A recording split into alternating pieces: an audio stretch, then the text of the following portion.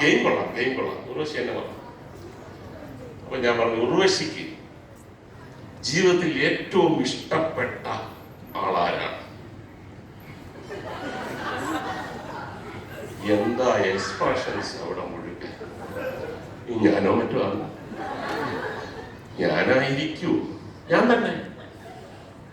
ഐ.വി. Sasi director മുതൽ സുരേഷ് ഗോപി, മമ്മൂട്ടി, രതീഷ്, പിന്നെ ക്യാമറമാനൊക്കെ ഇങ്ങനെ നോക്കിയിരുന്ന ആള്. ഉർവശിക്ക് അതിന്റെ ഒരു ഹുക്ക് അപ്പോഴാണ് മനസ്സിലായത്. ആ ചോദ്യമൊന്നും പറ്റത്തില്ല. അപ്പൊ എല്ലാരും പറഞ്ഞു അത് പറ്റത്തില്ല, ഞങ്ങൾക്ക് അറിയണം ജീവിതത്തിൽ ഏറ്റവും കൂടുതൽ ഇഷ്ടമുള്ള ആളാരാണ്. ചെറിയ ഒരുപാട് പേരെ ഇഷ്ടമുണ്ട്. ഞാൻ പറയാം അങ്ങനെ അതിന്റെ മുകളിൽ ഒരു ചെറിയ ഇഷ്ടം കാണും.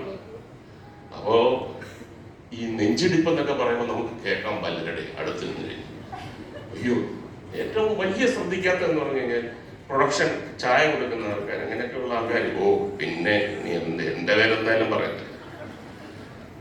അപ്പോ ഒരു പ്രത്യേക ഘട്ടം വന്നപ്പോൾ ഞാൻ തന്നെ ഒരു റെമഡി പറഞ്ഞു, എഴുതി തന്നാ മതി.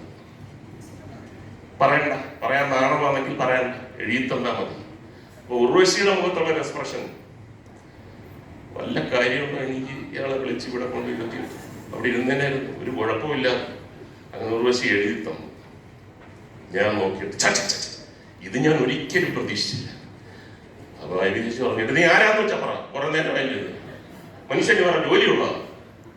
അപ്പൊ ഞാൻ പറഞ്ഞു, ചേട്ടാ ഇത് നമ്മുടേതാണ് മനസ്സ്. ഒരാളുടെ മനസ്സിൽ ഇങ്ങനെ ഇരിക്കുന്നു എന്ന് പറഞ്ഞു കഴിഞ്ഞാൽ അത് ചിലപ്പോൾ വലിയ നമുക്ക് അറിഞ്ഞൂടാ. ഈ എലിസബത്ത് രാജ്ഞിയെ ചിലപ്പം രാജ്ഞിക്ക് ഇഷ്ടപ്പെടുന്ന ഡ്രൈവറെ ആയിരിക്കും പറയാനൊക്കെ. അപ്പൊ ഡ്രൈവർമാരൊക്കെ ഇനി ഞാനോ മറ്റോ ആകും. ഗംഭീരമായ ഒരു അറ്റ്മോസ്ഫിയർ അങ്ങോട്ട് വരികയാണ്.